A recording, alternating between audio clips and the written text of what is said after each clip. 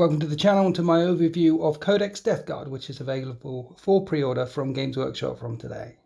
The idea of this overview video is to give you all the most important bits of information that you need about Codex Death Guard as quickly as I can, all the relevant bits as quickly as I can. The full review that I've done of Codex Death Guard is in the deployment zone. Check out deploymentzone.tv for that review and if you want to support the channel. So let's dive in.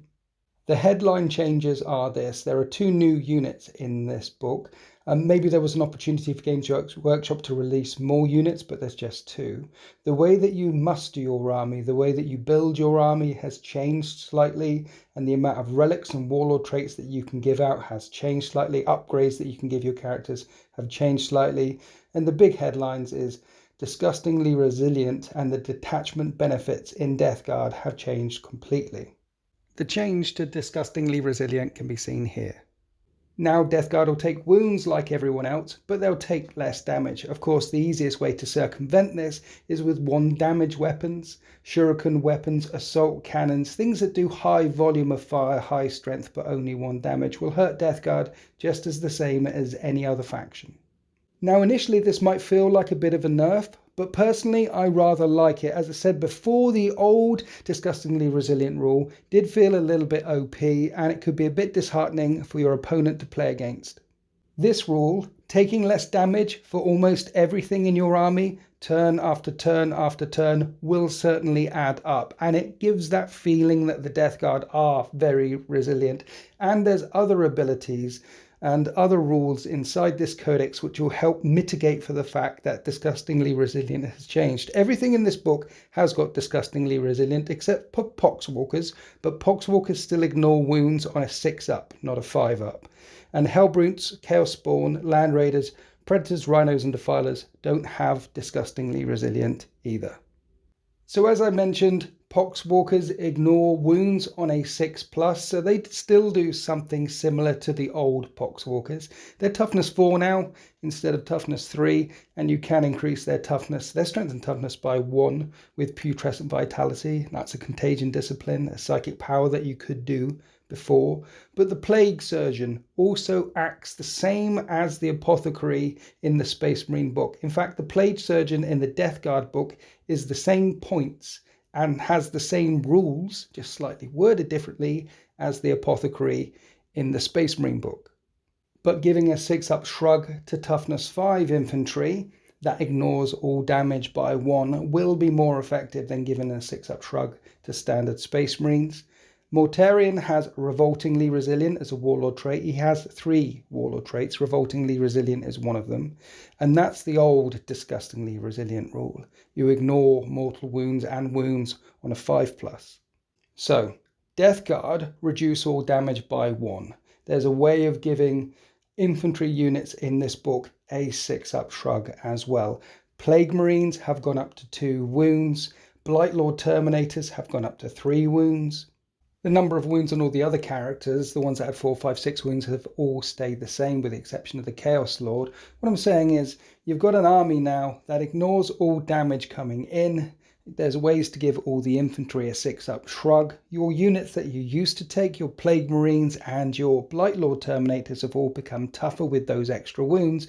And I would have thought that Blightlord Terminators would definitely get a 5-up invulnerable save as a result of this. I mean, toughness 5 Terminators, ignoring all damage by 1, plus you can give them a 6-up shrug with a 5-up invulnerable save will make them really chunky. But no, Blightlord Terminators have diseased Terminator armor, and they have 4-up invulnerable saves, as well as the 3 wounds, as well as toughness 5, and the base Blightlord Terminator costs 40 points. Basically, we're going to see a lot of Terminators, and the Death Guard book will still be disgusting and resilient. Death Guard are still going to be a tough army to shift. The second big change to the Death Guard core rules is Contagions of Nurgle, as shown here. Everything in this book is Contagions of Nurgle, keyword, ability, except for cultists. So if an enemy unit is within contagion range of anything in the Death Guard Codex, except for cultists, then their toughness will be reduced by 1. Imperial Knights at toughness 7, or Tau, Guard, Eldar standard infantry being toughness 2, and Demon Primarch Mortarion and the new miasmic Malignifier automatically count as though they're on turn 4.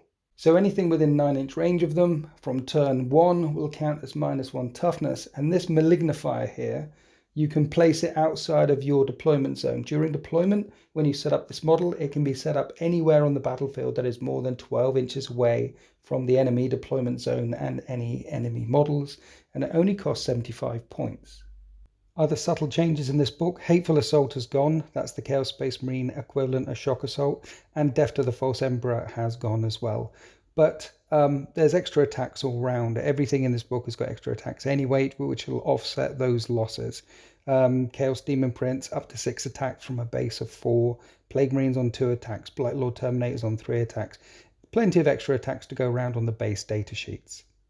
They also have Malicious Volleys, that's their equivalent of Bolted Discipline, and they have Inexorable Advance, which means they count as stationary so long as they don't fall back or advance.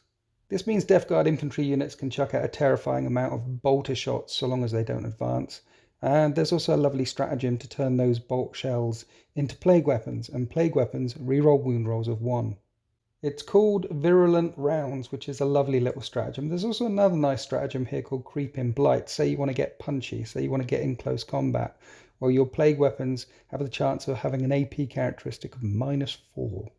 So those are the most significant changes to the core Death Guard rules. Let's talk for a moment about how you assemble a Death Guard army. There are now some restrictions to the type of troops you can take and the amount of Death Guard Lords or Death Guard Demon Princes that you can take per detachment. But if you're building standard Death Guard lists or taking more than one detachment, these restrictions won't really affect you at all. There are also 7 plague companies to pick from, such as the Harbingers that are shown here. And the way this works is you've got to make sure that every Death Guard unit in a detachment fits into one of these plague companies. So what you could do is you could bring 2 detachments and say one detachment is full of Harbingers, one detachment is full of the Inexorable, for example. You could choose to do that if you want to. You don't have to do that if you want to. If you bring units that are wholly within detachments, then you gain a Warlord trait, a Stratagem, and a Relic, should you choose to use them. So you can pick detachments to unlock certain relics and Warlord traits and stratagems.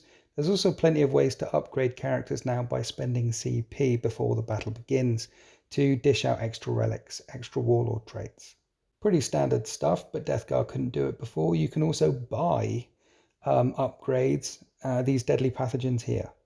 The way this works is you pick a plague weapon that a character or a champion has, you spend the points, that plague weapon immediately gets +1 strength, and then certain benefits depending on which deadly pathogen that you picked.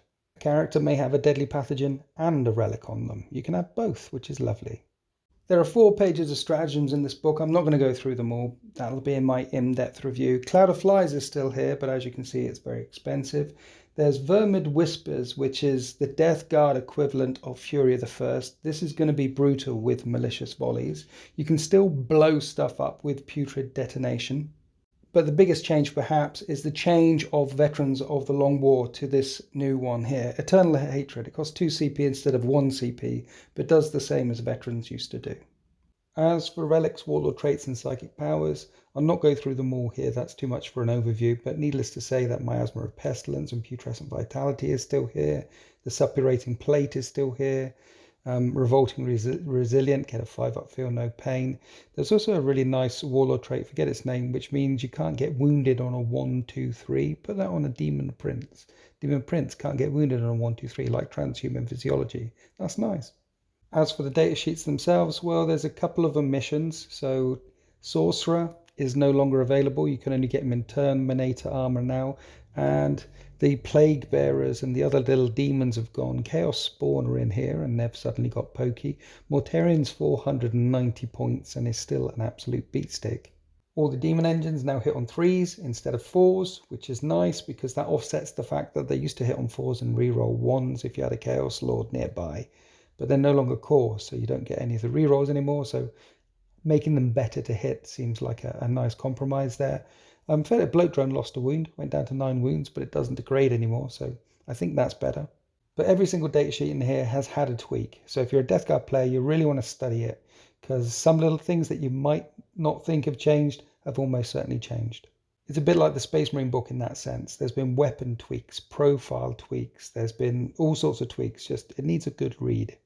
Right, so because this is an overview video, I'll close up here. There's a lot of depth to this book, a lot of combinations to this book. Death Guard are going to feel different when you play them and when you play against them.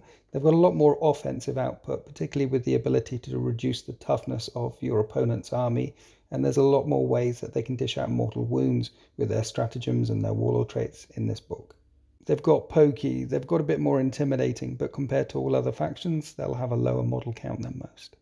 So you won't be able to bring everything you want to bring. You'll have limited assets, but you've got different ways of playing Death Guard now, different combinations, and that makes a good book. Different ways of playing a faction is always a good book by my eyes. Anyway, thank you for listening to this overview. If you're a Deployment Zone supporter, subscriber, I love you. Thank you so much. If you want to help me out, please consider subscribing to the Deployment Zone, where you can get even more videos from me.